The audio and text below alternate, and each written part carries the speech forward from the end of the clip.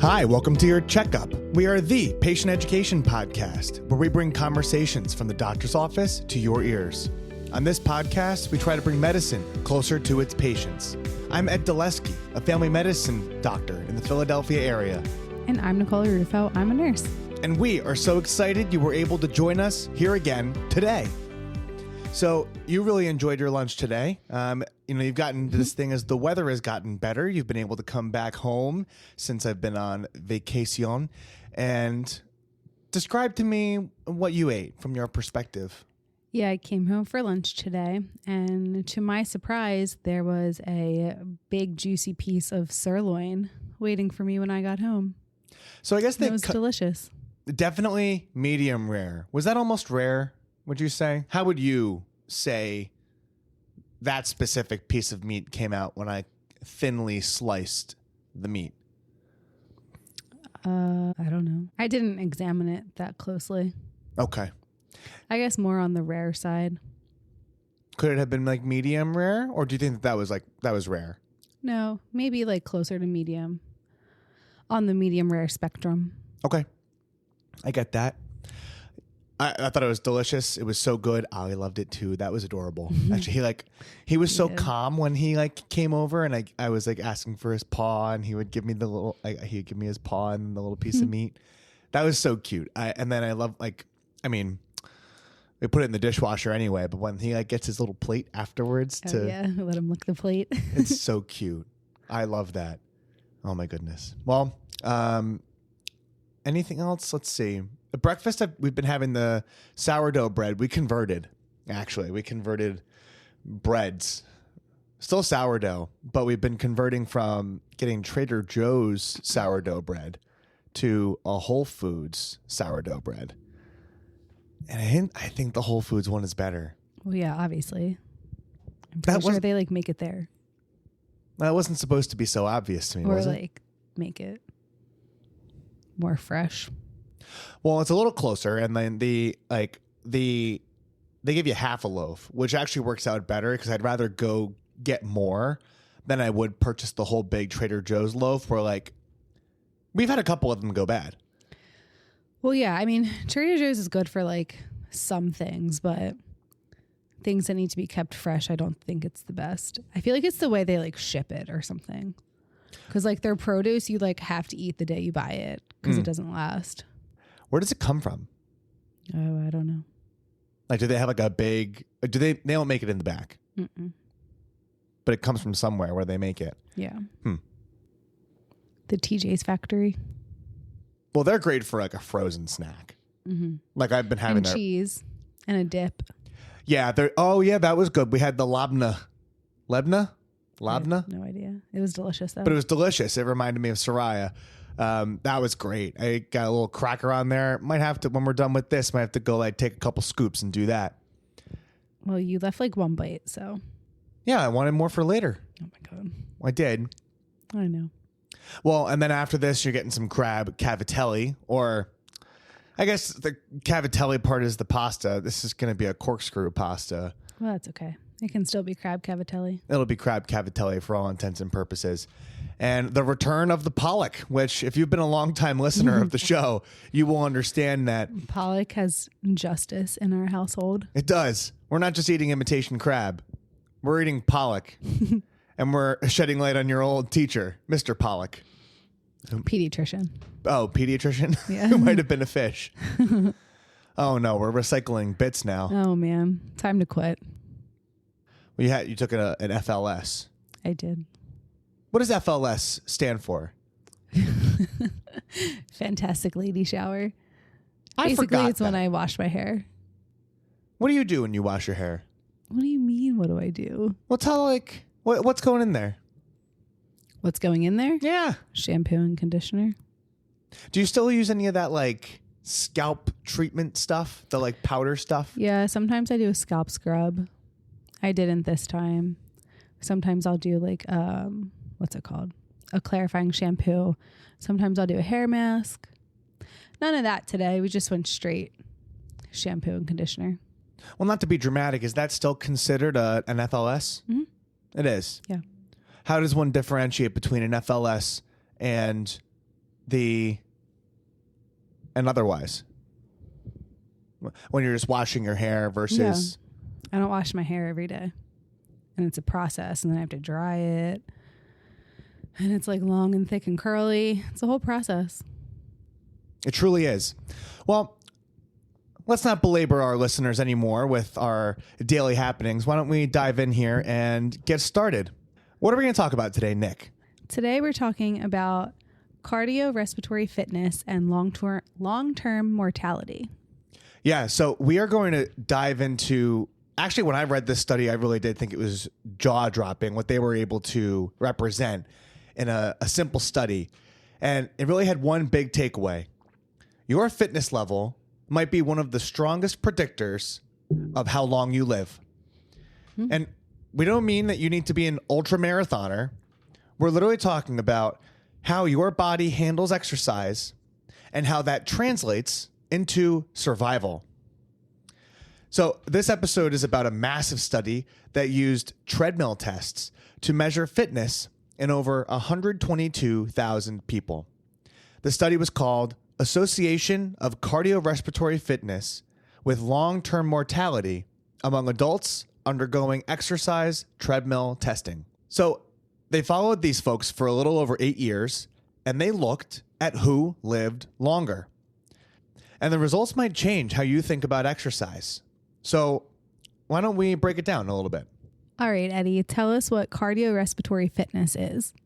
Yeah, so I think it's important to talk about what they were actually measuring in this study before we dive into any of the particulars.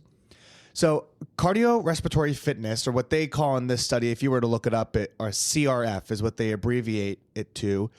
It's a fancy term that basically explains how well your heart and lungs work together to power your muscles during exercise. And in this study, they measured METs, or a metabolic equivalent of a task. We've talked about that in one of our older exercise episodes. But just to review, one MET is the energy you use while sitting still, doing absolutely nothing else. And as you move more, the METs that you use go up. And so the higher the METs that you use in a treadmill, the better your fitness. So something like a brisk walk is like 3 METs, whereas running faster, like 6 miles an hour, is about like 9.8 METs. 7.5 miles an hour, 11.5 METs. A light lifting session of strength training is 3 METs, so on and so forth. And this stuff is largely available online. Okay, so let's go back to this study. Mm-hmm. What were they looking at? So, like we talked about, they measured 122,007 adults who had a treadmill stress test. And so this is exactly the one where you walk or run on a treadmill and they track your heart rate. And these were average everyday people they're not Olympic athletes. These are everyday people who are getting checked for heart symptoms. And so that's something that is to be considered when they look at the population of who they were actually studying. They followed these people for 8 years and on average looked at who lived longer. And the simple question they had was, does your performance on that treadmill predict how long you'll live? And they actually came up with some really interesting answers. Like what? So I got really excited about this because when they started comparing the groups, and basically what they came down to is the more fit you were, the longer you lived. And I don't know if anyone needed a study to be able to tell them this. This is kind of like maybe a self-evident truth, and this was done in 2018, and this got a lot of citations, a lot of action, a lot of views. And that fact, the more fit you are, the longer you will live, was true all the way up to the highest fitness levels. So what they did is they divided people into 5 groups based on their fitness and what they found in these tests, the treadmill tests. They labeled them low, below average, above average, high, and elite. And the elite group had the best survival rates of anyone. And when they compared the two, they compared the elite group to the low group in cardiorespiratory fitness. And they found that people with low fitness were 5 times more likely to die than the elite performers. And that is huge. That is 5 times more likely, which is stark. And kind of just to put this into perspective, what they also did was they compared people's fitness levels. So these branded fitness levels that they gave people: low, below average, above average, high, elite, so on and so forth. They compared those factors, this fitness level, against standard risk factors like smoking, heart disease, coronary artery disease. And they found that in this study, in this population of people, they had some evidence that showed that being unfit had a higher risk of mortality than being a smoker. And they took the same group of people. They looked at smoker, non-smoker in that group of people and found that maybe being unfit was worse. They found that being unfit or having low fitness was a bigger risk for dying than having diabetes, heart disease, or even smoking cigarettes. And that really tells us something powerful. That fitness matters way more than we thought. Does this apply to everyone? Yeah. So, I mean, you might be thinking like, yeah, I'm listening to this and I'm anywhere from like my 20s to my 70s. Like, does this even apply to me? And it really does. They showed the benefits across all age groups. In fact, they thought that older age groups might have more benefits for improving cardiovascular fitness. And the same went for men and women, though there were slightly more men in the study than women. And no matter who you are, it showed that better fitness meant better chances of living longer. There were some limits to other studies, which is why this one was kind of more interesting than others. So earlier studies used self-reported exercise, which is really hard because people often under or overestimate the amount of exercise that they actually do. So that can be unreliable, which makes studying the science even more difficult. Furthermore, this study was retrospective, which means that it looked back at data that was already had. And so it shows associations, but not direct cause and effect. So that's something that we have to keep in mind, is that they were able to look at these and say like, wow, these elite performance athletes had so much better mortality, but it can't be attributed to cause and effect. And truthfully, what they didn't measure were unmeasured factors like income or social determinants of health to see if any of that played a role. Further, fitness was only measured once. It wasn't measured over time. And so there wasn't a lot to say whether changes over time would affect outcomes. And truly, all these people who were in this study were referred by someone for treadmill stress testing for some reason. And so it's not exactly a random slice of the general population of people. Like you or I haven't had a treadmill stress test. I think what would really need to happen is we get a population of average people and put them on treadmills and reproduce this. And maybe that study's been done.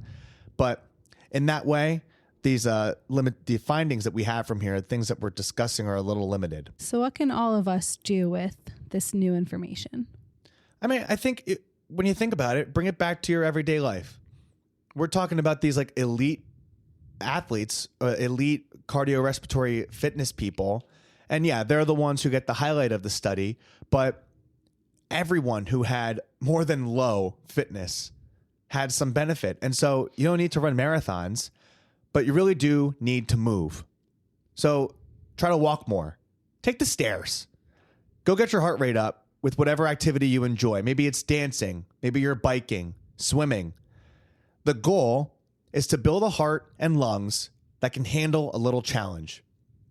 And if you are someone who's starting from a place of very low fitness, the good news is that even a small improvement can really make a big difference in your life. So the next time you're thinking about skipping a walk or putting off a workout, remember this study specifically. And moving your body isn't just about looking better or losing weight. In fact, in this study, it's about living longer. So today we talked that cardiorespiratory fitness is one of the strongest predictors of survival that we have. And so let's treat it like that. Any thoughts or feelings about? No, I think it's pretty cool though. I wish they had a study where they looked at the general population. I mean, I think of the person that I end up referring to like a treadmill stress test. It's like someone who usually has shortness of breath or chest pain or some weird thing. And so it would be really cool if they took the average person, and maybe we have to go digging and find that. I loved when they compared the chronic, like the common comorbidities that people have, like diabetes, coronary artery disease. Yeah, that's crazy. Especially because like we've talked about how much those things can affect your mortality. And now it's like, oh, it's actually worse to be. I mean, it's still important, but right, it's worse to be less fit. Like this study at least makes you think that like it's something at least important to think about. Like, I mean, who isn't going to preach about exercise? But oftentimes I see online, like when we're so active online, that people are like, oh, no doctors talk about like exercise and diet being so important. Well, here's our stance that like it is. And here's this study that shows that at least here's a little backing that it truly is. One thing that we like that I was going to include in this episode, but like there's going to be a whole explanation of it, is the VO2 max, which Like, you love a VO2. I do. In short, for like anyone listening, the VO2 max represents the maximum amount of oxygen your body can use during intense exercise. And so it can be a key indicator of cardiorespiratory fitness. And it reflects the same thing, the efficiency of your heart, lungs, and muscles. Usually, if you're going to get like the best measurement, you have to do it in a lab, get specialized equipment, and like do a graded exercise regimen. But I mean, like we have Apple Watches, and the Apple Watch gives us a pretty decent idea. And for anyone listening out there who has one, you can go get it, like looking at your health app.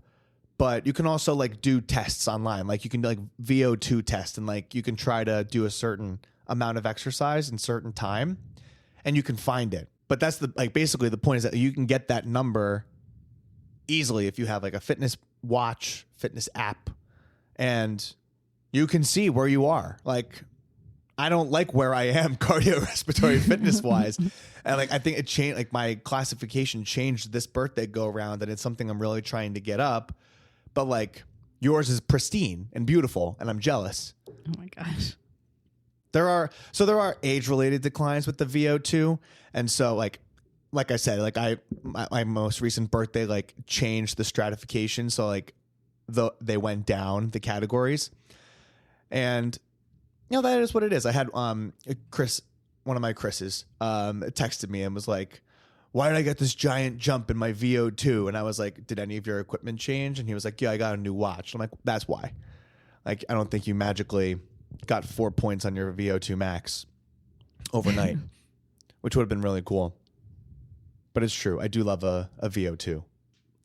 Because I don't think many people are going to be doing like METs, right? Like, I don't even think a lot of... How do you even like... calculate a MET? Yeah. Some treadmills do it. Some bikes do it. They have them out there. But like, how do you know how many METs are like enough METs? Oh, now wait. You sound dumb. No, this is an excellent question. So how many METs a day should you be doing? Yeah. Yeah, this is an amazing question. So the conversation starts with aerobic exercise, like regular aerobic activity, like walking, running, cycling, swimming. All of that can improve your VO2. And the all-cause mortality, this is from a separate study that looked at VO2 and all-cause mortality. And that all starts anywhere from like 0.1 to 7.5 MET hours per week. So MET hours per week is kind of a loaded thing. And then I guess we'll kind of break that down. But the benefit peaks at 22.5 to 75 MET hours per week. So if we were to kind of break down some of these activities, here are some METs of common things. So let's say walking. Walking at a moderate pace, which is about 3 miles an hour, is 3.3 METs. So let's say you wanted to like do the bare minimum, but you wanted to be healthy. We said that like the benefit starts at 0.1, but if you want to get to the threshold of like 7.5 METs, and they say a MET hour per week. How long do you have to walk at 3 miles per hour to get 3.3 METs? An hour? Well, that's why they add a time feature in it, because like the MET is just the measurement of the activity. Oh. And so in that thing, they say a MET hour per week. So that's for an hour, all of these. So that like if you wanted to do, a good example here would be like 1 hour of running 5 miles per hour would get you 8 MET hours. And if you can do that per week, that mortality benefit starts. Oh, gotcha. And so like one of these studies suggested that if you can get somewhere between 22.5 to 75 MET hours per week, then you would be like maximizing the benefit of your metabolic equivalent. And so let's say like you wanted to go jog 6 miles an hour, but you wanted to get to 22.5 MET hours. You would have to jog for 6 miles an hour for 2.29 hours in a week to get that 22.5 MET hours per week. So on and so forth. So there's a little bit of math to it. Yeah. And like if you wanted to, let's say cycling, and you wanted to do moderate cycling, which is like 10 to 12 miles an hour, you have 6 METs. You calculate how much time you need to get up to whatever threshold you want to get to. It seems like 22.5 is like the lowest of the most successful range. Then that's where you go for. That seems doable. Yeah. And I mean, I think people will also hit this if they get to like the 30 minutes 5 times a week of a moderate intensity cardiovascular exercise and 2 days of strength training. And just to say it out loud, that the all-cause mortality risk reduction for strength training begins at 1 time per week and peaks at about 60 minutes per week for how much you're lifting, just to give people a better idea. Yeah, I'm like over here now, I'm like calculating how many MET hours. How many MET hours do you have this week? That's a great question. I don't even like, and then like, what does it take to get up to 75 MET hours per week? Kind of a decent amount if we're gonna, I mean, what we're like running somewhere. Like probably, I mean, that's over 7.5 hours of jogging at 6 miles an hour. Yeah. So that's like a little over an hour a day of jogging at 6 miles an hour if you're gonna do that way. Yeah. That feels like a lot. Yeah, but somewhere around like what peaks at 22.5, even like 30 is very attainable, I think. Sure. Yeah. I guess I wonder, even within that range, 22.5 to 75, does that improve within itself? Not exactly sure. Yeah. But yeah, these are all really cool things that I wanted to share today, because sometimes exercise doesn't get enough love, and it can be helpful to hear some data to really give people a push in the right direction that it is totally worth it and something you absolutely need to consider. And I hope you don't look at your Apple Watch and you're so shocked about your cardiorespiratory fitness and that you feel like you're going to pass away because it's low. It's all something that you can work on and move forward and get healthier. So hopefully today you were able to learn something for yourself, a loved one, or a neighbor. And we hope you come back next week for another episode of Your Checkup. Please send us an email at yourcheckuppod@gmail.com. Send us some fan mail and send us questions on there as well if you need. But most importantly, stay healthy, my friends. Until next time, I'm Ed Dulesky. I'm Nicole Rufo. Thank you and goodbye. Bye.